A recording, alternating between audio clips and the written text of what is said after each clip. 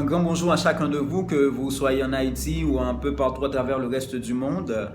Aujourd'hui, je vous apporte un numéro spécial, c'est comme un numéro d'annonce. À partir d'aujourd'hui, vous allez recevoir des numéros concernant une thématique bien spécifique. Il s'agit du développement relationnel.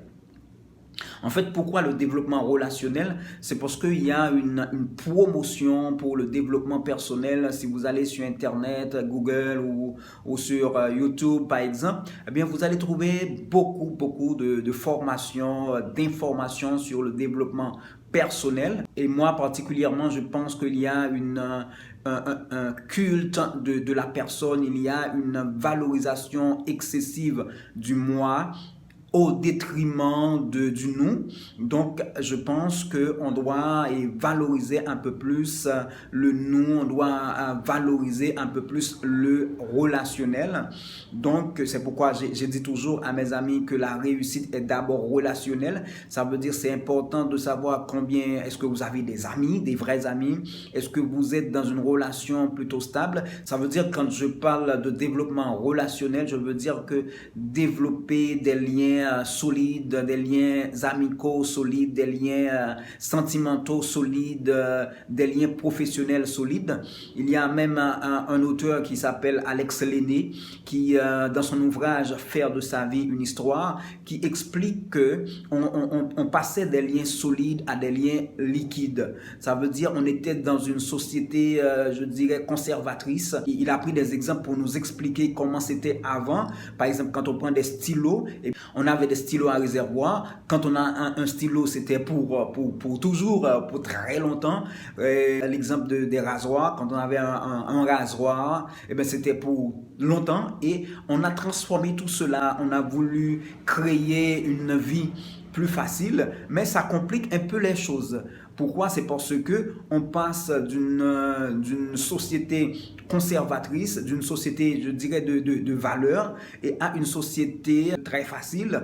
C'est pourquoi aujourd'hui, même quand on est dans une relation, eh bien, on est dans la relation, mais on ne tient pas vraiment à la relation parce qu'on sait qu'on peut passer rapidement à autre chose. C'est comme quand on achète aujourd'hui une chemise, on sait que c'est pour une cérémonie, c'est pour une soirée, c'est pour un mois, c'est pour 2 mois. On sait qu'on va s'en débarrasser rapidement et ça existe également même dans les relations amicales, même dans les relations sentimentales.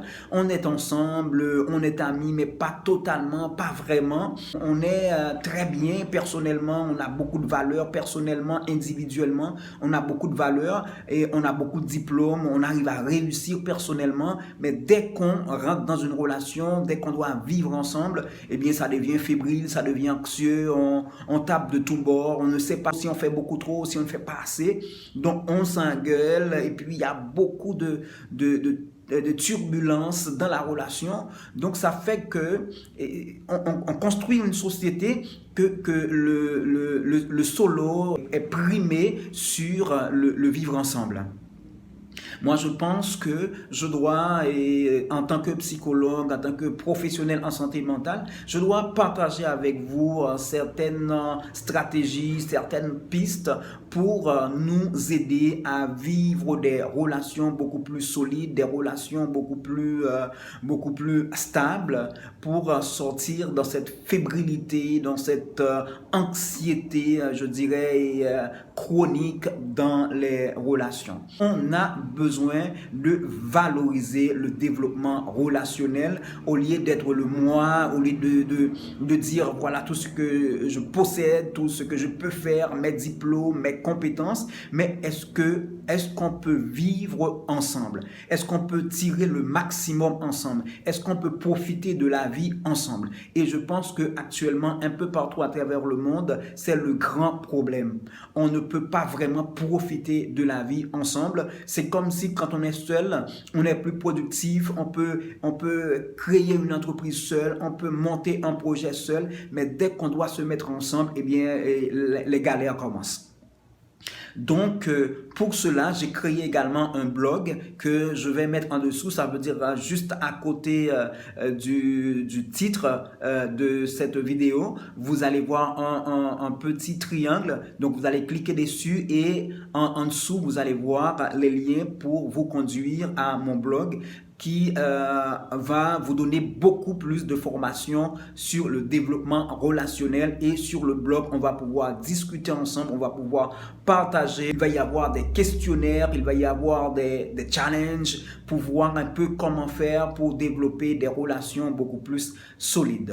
On fait tout ce qu'on peut, on s'engage dans la relation, ça ne peut pas marcher, on ne sait pas pourquoi, on se demande qu'est-ce qu'on doit faire encore, ça nous énerve. On va essayer de voir comment on peut sortir de cette situation ensemble. Question de voir comment on peut créer une nouvelle société, et pour cela on doit s'engager, on doit se prendre en charge. C'est pourquoi moi j'ai fait la promotion d'une nouvelle majorité en bonne santé mentale. Donc si on ne se prend pas en charge, eh bien on ne va pas pouvoir créer une société solide avec des liens, avec des relations solides. Allez, ça a été un plaisir pour moi de vous servir. On se rencontre très bientôt pour un numéro sur le développement relationnel.